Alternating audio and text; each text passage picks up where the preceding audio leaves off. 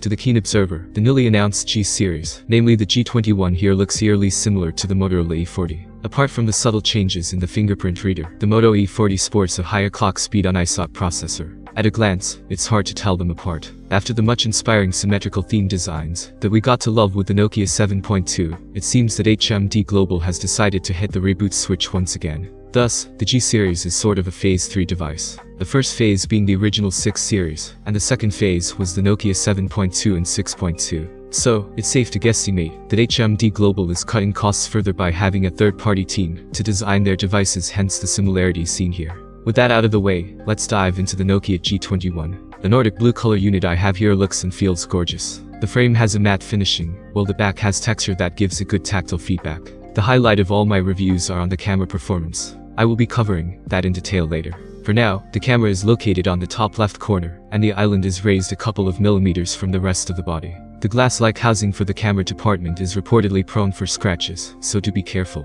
3 camera sensors sit on top, and a ridge separates it from the LED flash at the bottom. A 50-megapixel AI camera is stated here, so I personally hope it doesn't disappoint much. On the top, 3.5mm head jack port and a single microphone, and on the bottom, the USB-C charging port, the second microphone and bottom firing speaker. On the right, the SIM card slot and a dedicated Google Assistant button. On the right, the volume rockers and the power button with fingerprint scanner, and finally on the front, an 8-megapixel selfie camera completes the exterior of the device. This is the first HMD Global made device to support a fast display rate up to 90 Hz. So how does it feel? The jump from 60 Hz to 90 Hz is something that you will definitely notice and enjoy. This isn't a gimmick, but an actual perceivable upgrade. Kudos to HMD Global. Apart from this, the display is very similar to the Nokia 5.3 and Nokia 5.4, but the blacks are ever so slightly deeper, and the tone warmer. Colors are good and you won't notice the pixels unless you are hunting for them. Unfortunately, unlike the Nokia 5.3 that has Gorilla Glass 3 protection, there is no mention of any such protection on the G21.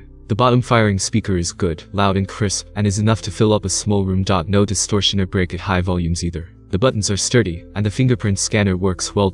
No notification light here unlike the 5.3. Amazingly, the device supports dual-band Wi-Fi, unlike Nokia 5.4. Essentially, the Nokia G21 is what you would get combining the best of Nokia 5.3 and Nokia 5.4, both the devices that it is intended to replace. It has similar dimensions to the Nokia 5.3, which is a tad taller than Nokia 5.4, and the textured back is borrowed from Nokia 5.4, while the matte finishing is borrowed from 5.3. The display is sharper than Nokia 5.3, and is quite similar to the ones on Nokia 5.4. The dual-band Wi-Fi which is present here is also present on the Nokia 5.3, but absent on the Nokia 5.4. Essentially, the Android One experience is about the same in all these devices, so there aren't much to compare with. But in terms of raw processing power, the device is neck to neck with the Nokia 5.3, which comes with Snapdragon 665, and ahead of Nokia 5.4, that comes with Snapdragon 662. In the camera department, Nokia G21 comes with a 50-megapixel primary camera, flanked by a 2-megapixel macro and 2-megapixel depth camera, ditching the below-average ultra-wide camera, which is usually bundled within this price category. The Nokia G21 lacks cinema mode, but it won't be missed by many. It's true that it's better to have the options to use it than not to have it at all, but cinema mode requires more tweaking that buyers in this category usually just pass. Both 5.4 and G21 video recording max out at 1080p, but the 5.3 offers 2160p recording, if you need one.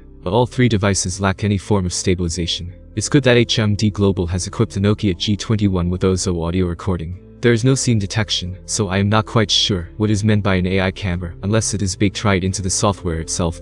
This might be a two-edged sword, as from my experience with Nokia 8.1, the scene detection gives a more artificial-looking image with cooler temperature and vibrant colors, and the nightscape which was working temporarily somehow reverted back to its non-functional state after the recent update. There are many feelings that go into this review. To know that we won't be coming across a flagship for some time now, and to realize that the designs are no longer unique to Nokia. But these decisions are made for HMD Global to survive, and to continue making Nokia-branded devices until they are in a position to offer more, hopefully. For now, all is well in HMD Global's ledger, but not in the hearts of die-hard Nokia fans. The Nokia G21 is certainly a better packaged device compared to its predecessor. It hits the right note in offering a meaningful upgrade in the display segment and a good battery life. In the days to come, I will be exploring more on the camera performance, as that is my area of interest. And do share your thoughts on this new approach by HMD Global. Thank you for watching. I am very happy that you are watching my channel. Subscribe and leave a comment.